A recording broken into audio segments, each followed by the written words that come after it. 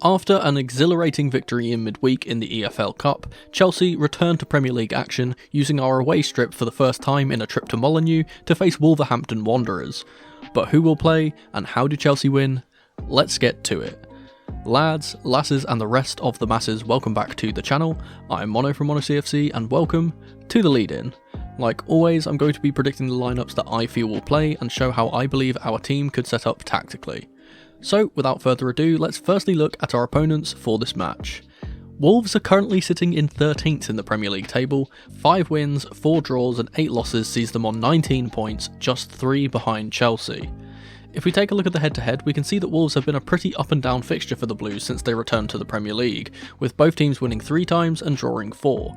Wolves will be looking to go one step further and get a win against us in this one. So, how will they try to achieve that? Let's look at the team. Wolverhampton Wanderers, managed by Gary O'Neill, will likely set up in a 3 at the back, even though they've used so many different formations this season, so I'll be putting them into a 3-4-3. They are free from an injury crisis, unlike us, so this will be a very strong side from the old gold team, especially without having a midweek game. First up in goal will be Jose Sarr. The number 1 returns after a shoulder injury, and will be looking to add to his dismal single clean sheet in this one. For the back 3, this will remain unchanged from the 3-0 defeat to West Ham last time out. On the right is Englishman Max Kilman, veteran centre-back Craig Dawson plays through the centre, and over on the left is the Portuguese Totti Gomes. Moving into the midfield, we'll start with the right wing-back role, and that will obviously be occupied by Nelson Semedo. In the centre will be the pairing of Gabon international Mario Lemina on the right, and 22-year-old Brazilian João Gomes on the left. In the left wing-back role, I expect Ryan Ait-Nouri to return to the starting 11.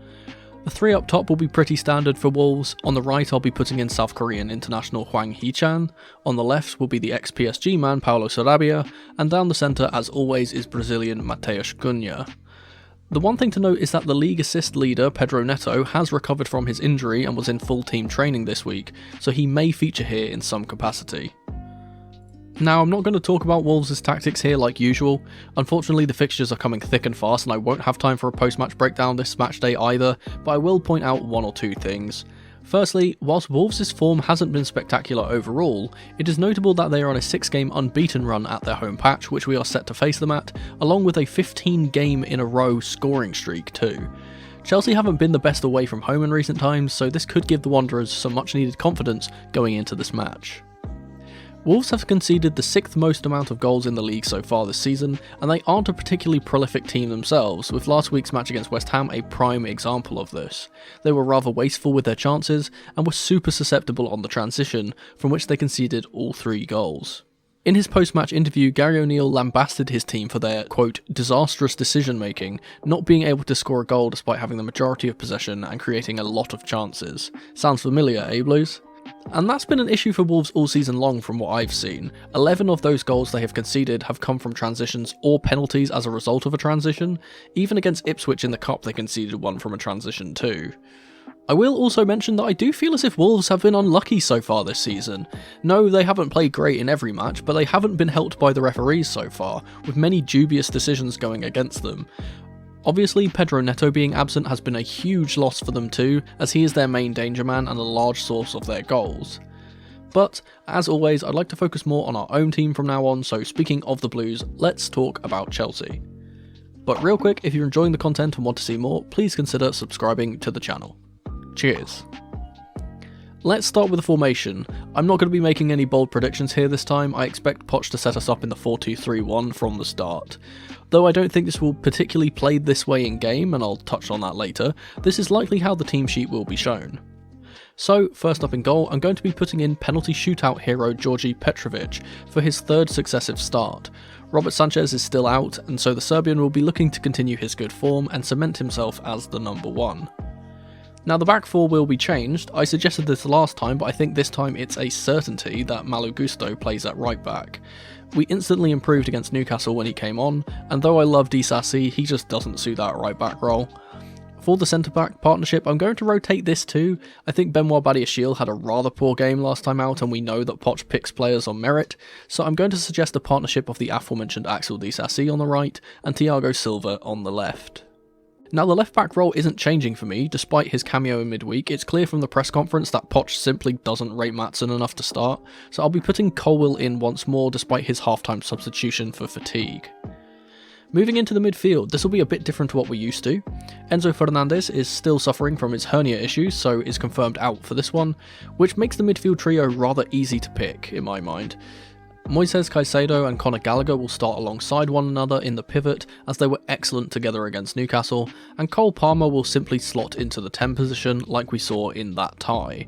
It is notable that both Romeo Lavia and Leslie Ukachukwu were in training this week, as was Noni Madueke, so one of those two may feature off of the bench if possible. Hopefully we get to see Lavia make his debut for the Blues if all goes well.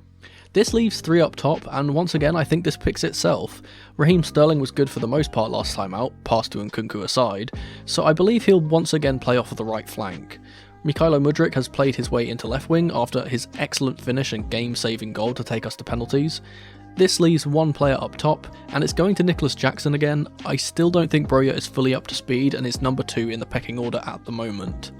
The big question now is how much of the game is Christopher Nkunku going to play. Poch has confirmed that he won't start, but I assume he will be involved in some capacity, and I'd hope that he'd get around 30 minutes as he continues to get up to full fitness from his injury. Now I'm going to break down how I think we should play in order to get a result against Wolves, but before I do so, it's time for the question of the day. As always, I'm going to highlight some of the comments from the last video, so here are a few responses to the last question of the day. Thanks guys for your continued support as ever. If you want your comment to be featured in the next video, leave your answer to this video's question of the day down below with QOTD at the start as always. So for this week's question of the day, we'll go for a simple one. Now that Nkunku, Gusto, Lavia and co are slowly coming back into the team, do you think there is a realistic chance of us making European spots between now and the end of the season, and if so, why? Alright, so how will we play? Well, I think that the game against Newcastle could be the springboard this team needed. With players coming back from injury, confidence high, and a pretty good run of fixtures coming up in the future, this could be the start of a big winning streak as long as we keep the performances from Sheffield United and midweek coming. I'm going to highlight some keys to success as I always do. Firstly, controlling possession is going to be super important in this game. We saw how hard we made it for Newcastle to play out of their own half, and with Wolves' slightly more defensive setup, I could see them suffering the same fate as long as we don't make any silly mistakes like the Badiashile one in the first half. Wolves have only scored 1 goal from a counter-attack in the league so far, and that was an effort from Pedro Neto, who likely won't start. I'm not particularly worried about them breaking on us, as they are a team that likes to play with the ball more than without it, and if they don't get the ball then I feel as if they will suffer to create much of anything. I mentioned before that Wolves have only been able to get 1 clean sheet so far with their number 1 in goal. Daniel Bentley has 2 in the league, but I don't expect him to start, so they are definitely vulnerable and we can score goals here. So how should we attack in this system? Well, as I said earlier, I don't think this 4-2-3-1 will stay like that for long. I expect us to kind of match Wolves' 3 at the back system, with Malo Gusto pushing up extremely high, and Colwill acting like a left centre back for the most part. I think crosses from that right flank are going to be a constant like we saw in the second half against Newcastle, and I wouldn't be surprised if Gusto gets an assist or 2 in this game. Just as I mentioned last time out, we need to commit bodies forward if we opt to do this, as Wolves will have a lot of bodies back in their system. I mentioned earlier about Wolves' issues with transitions, and I think we could use this to our advantage. They likely won't get much of the ball, but they definitely will have their moments in this game, and we need to make sure to punish them off the back of these moments. Conor and Caicedo were excellent in midweek at winning the ball back and getting us on the break following the turnover of possession, and I genuinely feel as if those kinds of opportunities might be our best chance of getting a goal or 2 in this game. We need to utilise the long direct passes into the channels, but this time out we need to time the runs/passes better, as we weren't doing this very well against the Toon. One thing I think we did really well in that second half against Newcastle was the rotation of our attacking players, and I think this will be especially important in a game where we are facing more defenders. Jackson, Sterling, Mudryk and Palmer will need to be on the move and constantly swapping positions in order to prevent the defence from easily marking up and tracking runs. Newcastle have a great defence, and even they struggled to keep up during that 20-minute period where Palmer was dropping deep and dictating play. The final thing I want to mention here is that I think in this game in particular, the substitutions from Pochettino will be a large factor if we are to be successful here. Our team needs rotation due to us playing in midweek, and Wolves having more rest, so the energy off of the bench will be vital to get right, or our opponents will likely overwhelm us. Not only that, but we need to see similar things to that Newcastle game, changing systems with those substitutions and impact off of the bench, which I believe we now have with some of our players returning from injury. This game should be pretty straightforward, but no game is straightforward for Chelsea it seems. I hope this is the turning point in our season because it sure feels like it could be. 3 points here wouldn't move us any places, but we'd close the gap to teams above us depending on results, and every single point from now until the end of the season is absolutely vital for us to be getting if we are to turn things around and salvage our chances of a European place. This will be the last time I will be able to say it, so happy holidays everyone, no matter what you're celebrating, or even if you're not celebrating anything at all. I'm going to be taking a small break over Christmas, so I might miss the preview for the Palace game, but I'll hopefully see some of you in the GBU livestream after this game, and the one after that Palace game too. For a score prediction, I'm going to as ever predict a Chelsea win, and I'm going to be quite bold here and say that Chelsea will beat Wolves by 3-1. I'm going to say that our goals will come from Palmer scoring from inside the D, Gallagher with a scrappy effort following a corner, and the other will be a rogue shout. I think Nkunku is scoring off of the bench with one of his signature chipped finishes. For Wolves, I reckon they'll likely score from a corner with Craig Dawson nodding in at the back post. But that was just my lead-in match preview for Chelsea versus Wolverhampton Wanderers. Thank you ever so much for watching.